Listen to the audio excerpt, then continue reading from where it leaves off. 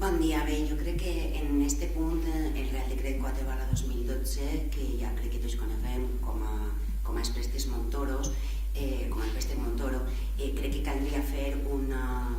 antecedent que considerem que és molt important. En primer lloc, per primera vegada en la concertació dels préstecs Montoro es va optar perquè concertàrem en la banca comercial i no en el banc de crèdit local, que sempre tenia uns interessos molt avantatjosos per a l'administració local, i se'ns va obligar d'alguna manera a contractar amb la banca comercial,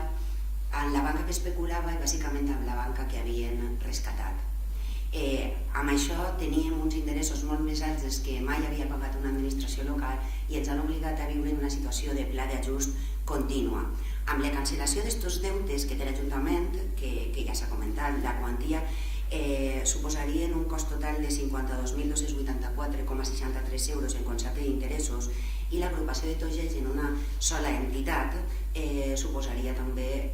una reducció d'interessos molt gran. Per tant, no sols aconseguim un estalvi de 40.000 euros en guany en el que queda d'any i un estalvi de 80.000 euros previst per a l'any 2019, sinó que a més ens llevem de damunt, aconseguim deixar d'estar controlat baix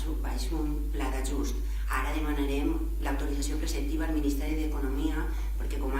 molts altres ajuntaments,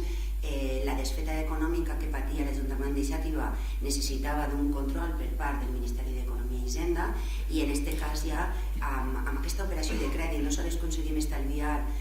com he dit, entre 40.000 en guany i 80.000 l'any que ve, sinó que a més acabem en un pla d'ajust que ens venia donat del govern anterior,